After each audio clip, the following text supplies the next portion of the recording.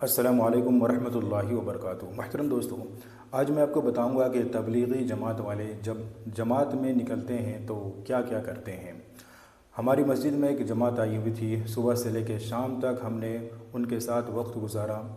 وہ تمام باتیں میں آپ کو بتاؤں گا کہ آخر یہ لوگ تبلیغی جماعت میں نکل کر کیا کرتے ہیں۔ تو سب سے پہلے وہ مسجد میں داخل ہوتے ہیں 3 دن یا 40 دن یا 4 مہینے کے لیے۔ جب وہ نکلتے ہیں اپنے گھر بار کو چھوڑ کر تو مسجد میں ہی ان کا قیام ہوتا ہے۔ تو جب وہ جماعت کی شکل میں نکلتے ہیں تو سب سے پہلے وہ دعا کرا لیتے ہیں سفر کے سہولت کے لیے، اسی طریقے سے جس علاقے میں جا رہے ہیں وہاں کے امن و امان کے لیے، اور پھر وہ دعا کرانے کے بعد سواری میں سوار ہو کر وہ مسجد کی طرف جاتے ہیں۔ مسجد میں جب پہنچتے ہیں تو مسجد میں داخل ہونے سے پہلے پھر وہ دعا کرتے ہیں، وہاں پر اپنے عاجزی و انکساری کے ساتھ وہ دعا کرتے ہیں، اور جس کام کے لیے جس مقصد کے لیے آئے ہیں ان میں کامیابی کے لیے وہ دعا کرتے ہیں۔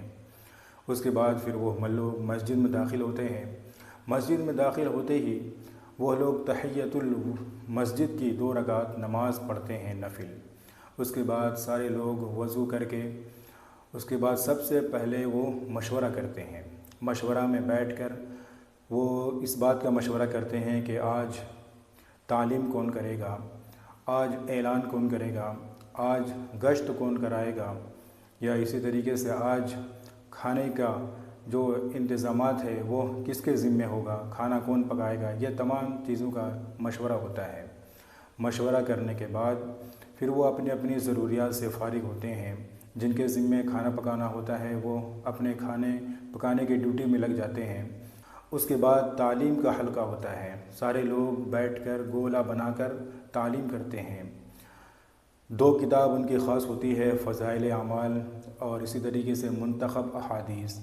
ان دونوں کتابوں کی جو فضیلت والی کتاب ہے اس میں تعلیم ہوتی ہے، سارے لوگ بیٹھ کر تعلیم کرتے ہیں۔ ایک لوگ پڑھتا ہے، سارے لوگ غور سے سنتے ہیں اور پھر اس کو وہ سمجھاتے ہیں۔ اس کے بعد پھر دوسرا شخص پڑھتا ہے، پھر سارے لوگ اس کو سنتے ہیں۔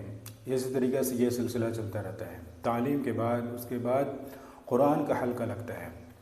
قرآن کا حلقہ بھی یہ ہوتا ہے کہ 10 سورتیں کم از کم یاد کرائی جاتی ہے شروع سے، یعنی سورہ فاتحہ پڑھی جاتی ہے۔ سارے لوگ سورہ فاتحہ پڑھتے ہیں، جس میں کوئی کمی ہوتی ہے اس کی اصلاح کی جاتی ہے۔ بعد دوسری سورہ الم تر کیف فعل ربک باصحاب الفیل سنتے ہیں، جس میں کچھ کمیاں ہوتی ہے اس کی اصلاح کی جاتی ہے۔ اس طریقے سے 10 سورہ مکمل ہوتی ہے۔ جس کو یاد نہیں ہوتا اس کو جوڑی بنا دیا جاتا ہے، اس کو دوسرا شخص یاد کراتا ہے۔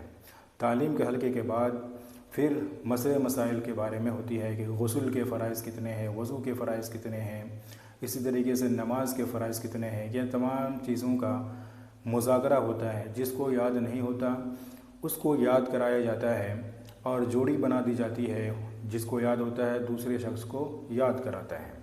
تو یہ سلسلہ چلتا رہتا ہے۔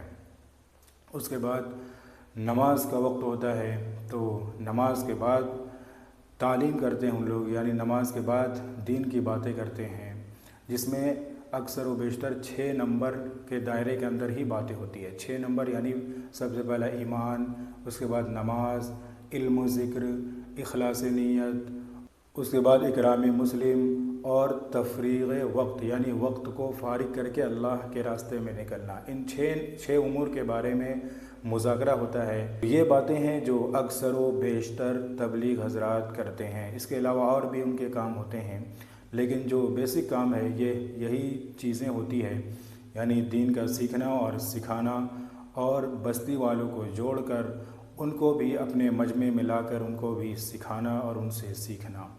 یہ تمام باتیں میں نے تبلیغی جماعت میں دیکھے ہیں۔